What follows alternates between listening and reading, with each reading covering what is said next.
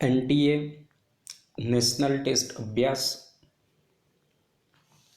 Mock test છઠ્ઠો 46થી 90 MCQ DNA daily NEET analysis Gujarati માધ્યમની અંદર આપણે આ સૌ પ્રથમવાર બાયોલોજી સબ્જેક્ટના મોક ટેસ્ટ જોઈએ છીએ. નીટની તૈયારી માટે આ ખૂબ જ ઉપયોગી છે. તો જેટલા પણ વિદ્યાર્થીઓ નીટની તૈયારી કરતા છે એ દરેક વિદ્યાર્થીઓને આ વિડીયો તમે શેર કરો, ચેનલને સબસ્ક્રાઈબ કરો, જેથી આગળના પણ તમને જે મોક ટેસ્ટ છે એ તમને મળી રહે. અને મોક ટેસ્ટની અંદર કોઈ તમને પ્રશ્ન હોય તો એ પણ તમે જણાવો. પહેલો MCQ આપણને અહીંયા આપ્યો છે કે યોગ્ય જોડ પસંદ કરો. PCT આપણને આપેલું છે, બાઉમેનની કોથળી, હેન્ડલેનો પાસ, DCT. એની સામે કાઉન્ટર કરંટ, પસંદગીમાન, પુનઃશોષણ, સૂક્ષ્મ ગાળા અને NA+ પુનઃશોષણ. તો PCTની અંદર આપણને પ્રોક્સિમલ કોન્વોલ્યુટેડ ટ્યુબ્યુલ, નિકટવર્તી ગુચડામય નલિકા. તો નિકટવર્તી ગુચડામય નલિકાની અંદર શું થાય છે? પસંદગીમાન પુનઃશોષણ થશે. બાઉમેનની કોથળીમાં સૂક્ષ્મ ગાળણ થાય છે. હેન્ડલેનો પાસની અંદર કઈ ક્રિયાવિધિ થાય? તો કાઉન્ટર કરંટ થાય છે.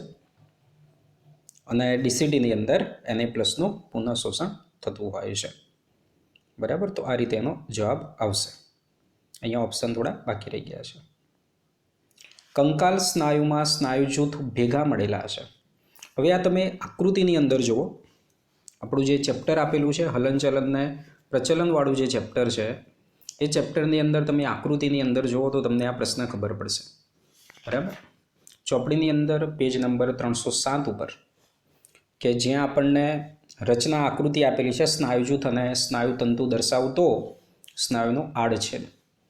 બરાબર, તો એમાં આપણને આપેલું છે કે જુઓ સામાન્ય કોલેજનયુક્ત સંયોજક પેશીનું સ્તર જેને ફેસિયા કહે છે અને તેના દ્વારા ભેગા મળીને બનાવે છે. એટલે કંકાલ સ્નાયુમાં સ્નાયુ જૂથ કોના ભેગા મળીને બને? સ્નાયુ જૂથ કોના ભેગા મળીને બનતું હોય છે? તો કે ફેસિયા, અને એ બનેલા હોય છે કોલેજનના બનેલા છે. શેના બનેલા હોય? કોલેજનના બનેલા હોય. જવાબ આપણે આવશે બી. આપેલમાંથી કેટલા વિધાન સાચા છે? આપેલમાંથી કેટલા વિધાન સાચા છે?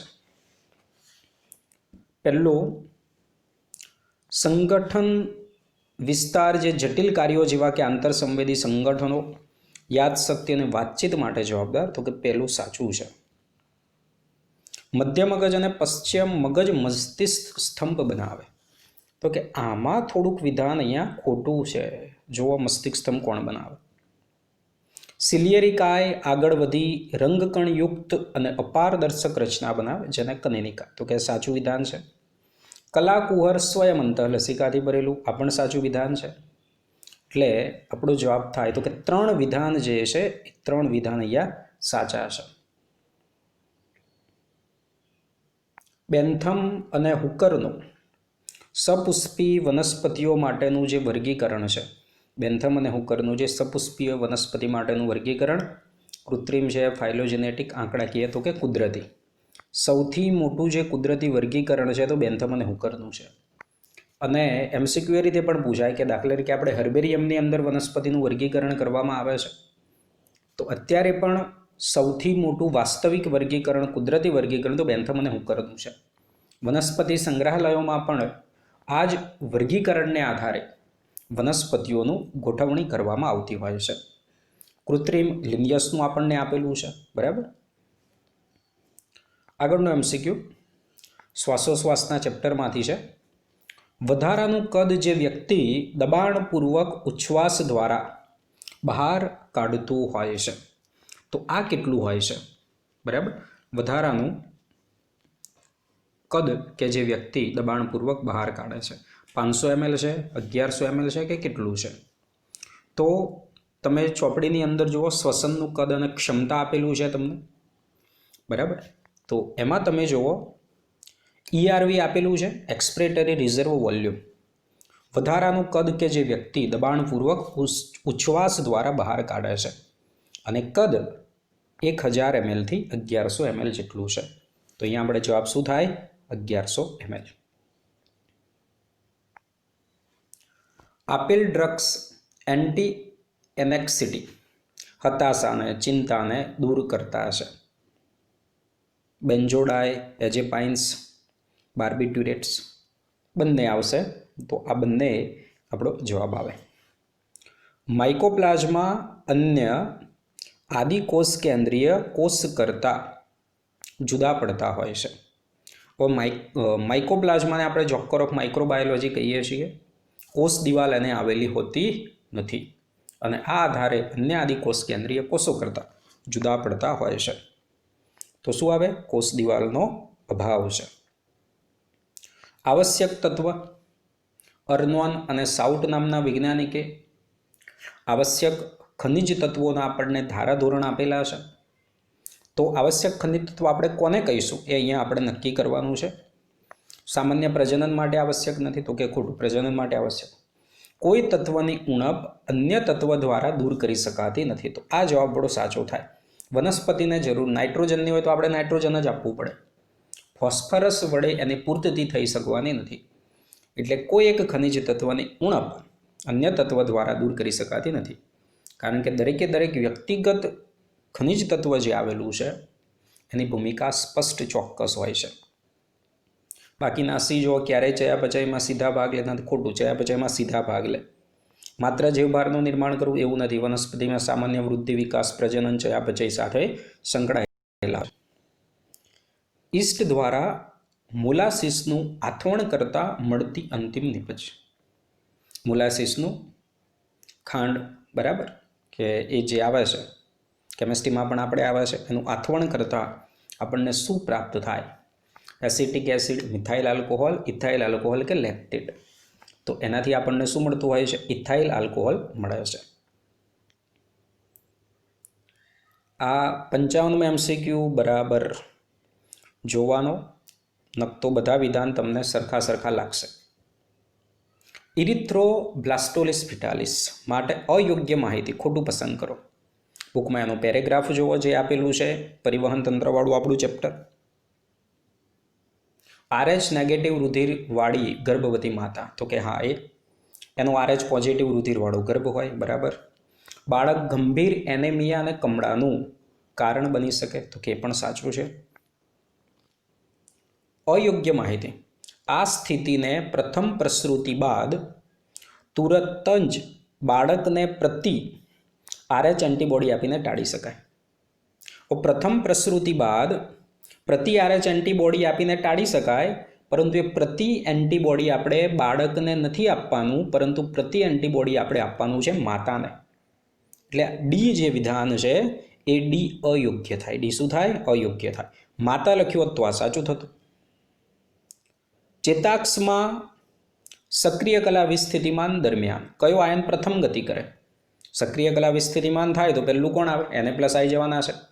Na+ અંદરની તરફ, બરાબર. તો Mg+, Ca+, K+, Na+, તો કોણ આવશે? Na+ આવે.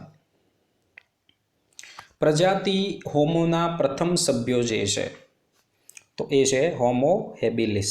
કોણ આવશે? હોમો હેબિલિસ, બરાબર. એ એના પ્રથમ છે, હોમો હેબિલિસ. ક્લોરોફિલને ફોટો ઓક્સિડેશનથી જે બચાવે છે, ક્લોરોફિલને કોનાથી બચાવે? ફોટો ઓક્સિડેશનથી બચાવે છે, બરાબર. તો કોણ આવે? કેરોટીનોઇડ, એન્થોસાયનિન, ફાઇકોબિલિન કે ફ્યુકોજેન્થિન. કોણ આવવાનું છે? કેરેટીનોઇડ આવશે, બરાબર.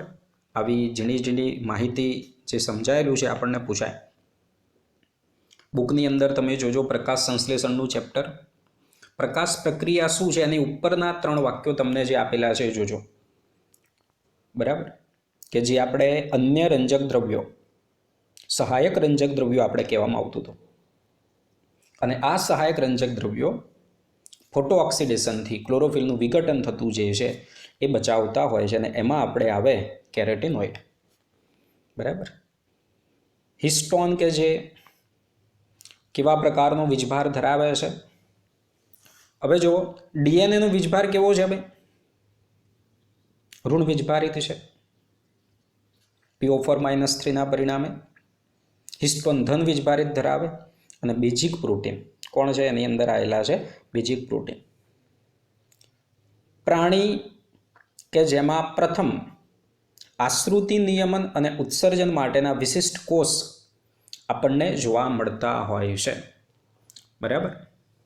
નુપૂરક, કોષ્ઠાંતરી, મૃદુતાઈ કે પૃથુકૃમિ.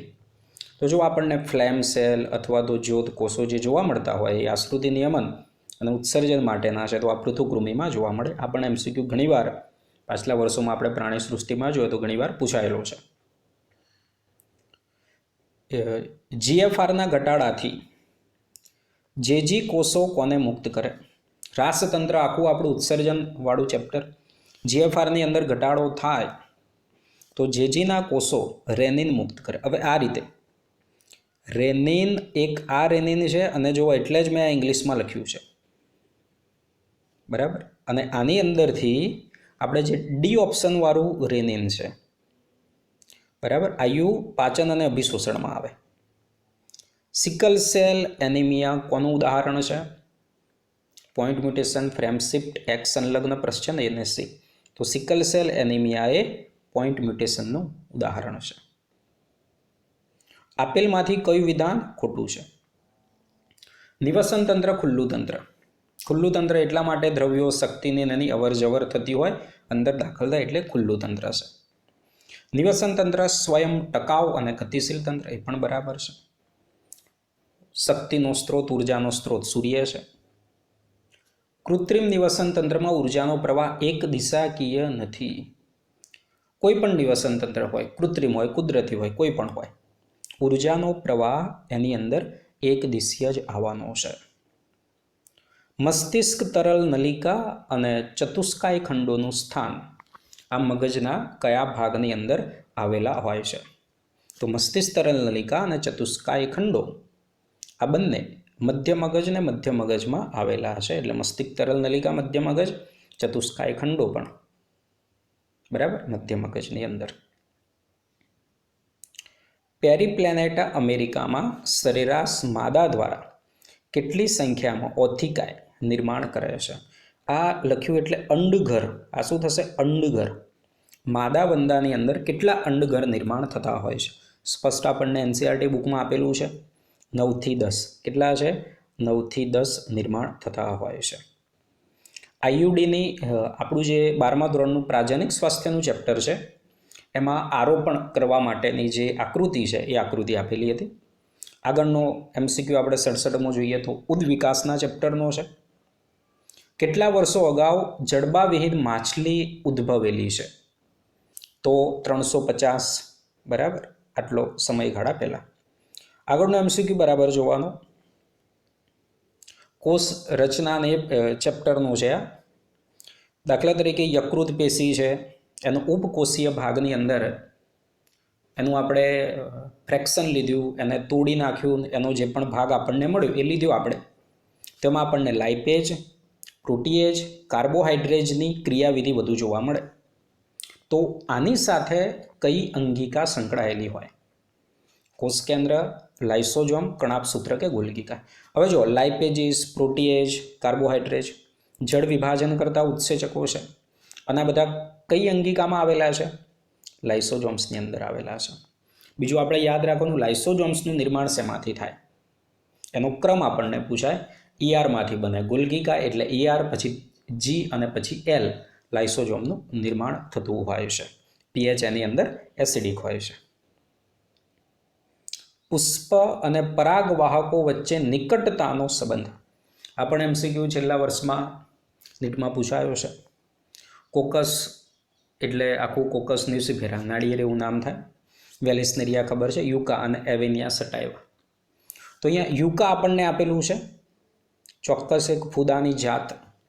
બરાબર, એ બંને એકબીજા વગર પોતાનું જીવનચક્ર પૂરું કરી શકતા નથી. કિમોલિથોટ્રોપ બેક્ટેરિયા કે જેવો અકાર્બનિક દ્રવ્યોનો શક્તિના સ્ત્રોત તરીકે ઉપયોગ કરતો હોય છે.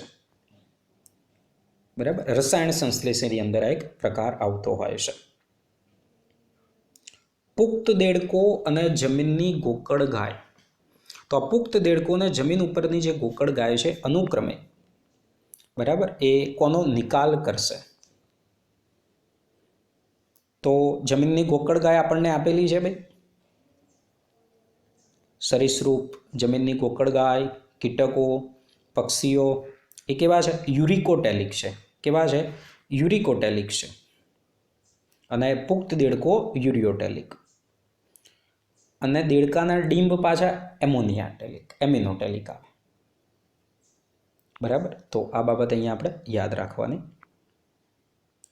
હવે 72મો MCQ આપણે જોઈએ તો ક્લાઇનફેલ્ટર સિન્ડ્રોમ 47 રંગસૂત્ર જોવા મળે તો આવું કેમ થયું? એની અંદર અર્ધીકરણમાં એવી કઈ અસામાન્ય વર્તણૂક થઈ? તો આ જે બીમારીઓ જ્યારે પણ તમે ભણ્યા છો તો અસામાન્ય બીમારીઓ થાય એના માટે ડિસજંક્શન અને નોન ડિસજંક્શન થાય કોષચક્ર કોષ વિભાજનમાં. આ એક વધારાની જે થોડીક માહિતી છે, થિયરી છે, એ જૂના સિલેબસની અંદર કે જ્યારે 12મા ધોરણની અંદર ભાગ 1 અને ભાગ 2 આવતા એની અંદર આવતી હતી. આના પહેલનો જે જૂનો સિલેબસ હતો તો એમાં આ થિયરી નવનીતની ચોપડીમાં પણ આપણને આપેલી હતી કે નોન ડિસજંક્શનમાં શું થતું હોય. રંગસૂત્રો જે રીતે છૂટા પડવા જોઈએ તો એવી રીતે પડવાના નથી. બરાબર, અલગ રીતે છૂટા પડતા હોય છે. તો એ નોન ડિસજંક્શનના પરિણામે આવું થતું હોય છે. જો આંતરાવસ્થાના S તબક્કામાં રેડિયોએક્ટિવ થાઇમેટિનનો આપણે ઉપયોગ કરીએ, બરાબર, તો રંગસૂત્રનો કયો ભાગ રેડિયોએક્ટિવ થાય? S તબક્કામાં રેડિયોએક્ટિવ થાઇમેટિનનો આપણે ઉપયોગ કરીએ છીએ. બરાબર, સંશ્લેષણનો આખો આ તબક્કો છે. S તબક્કો સિન્થેસિસ ફેઝ છે. તો હવે રંગસૂત્રનો કયો ભાગ રેડિયોએક્ટિવ થશે? સેન્ટ્રોમિયરની નજીકનો રંગસૂત્રના બંને છેડા, યોક્રોમેટિન કે યુક્રોમેટિન ને હિટ્રોક્રોમેટિન.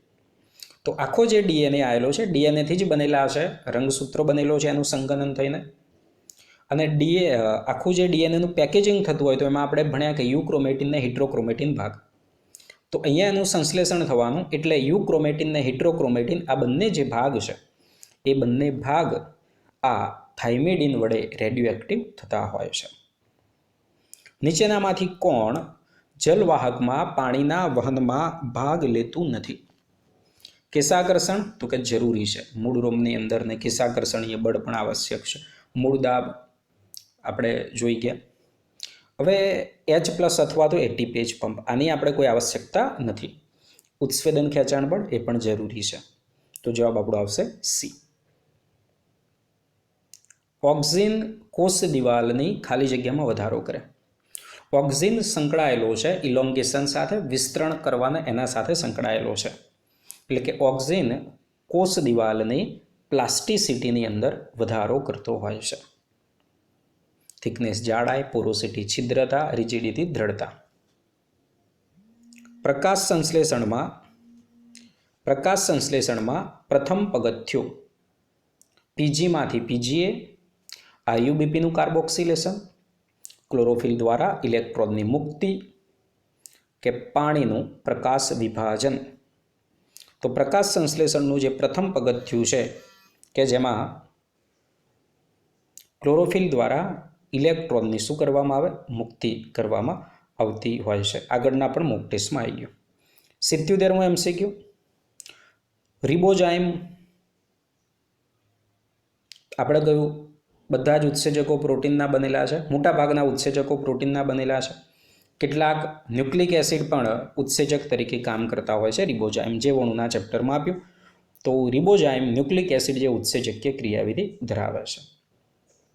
હવે જો 78મો MCQ પ્રાણી સૃષ્ટિના ચેપ્ટરમાંથી MCQ છે. છેલ્લા 1-2 વર્ષથી આપણે MCQ નીટના જોઈએ તો એમાં ઇંગ્લિશમાં પ્રાણીનું નામ આપેલું હોય એવા MCQ પૂછાય. કંસનું નામ આપેલું હોય. પ્રાણીઓના નામ ઇંગ્લિશમાં આપેલા છે ઘણા બધા, કેટલાક નામ ઇંગ્લિશમાં સાથે કૌંસમાં પણ આપેલા છે. તો આ બધા નામ પ્રાણી સૃષ્ટિમાં વારંવાર જોતા રહેવાના, તો એનું રિવિઝન થાય તમારે.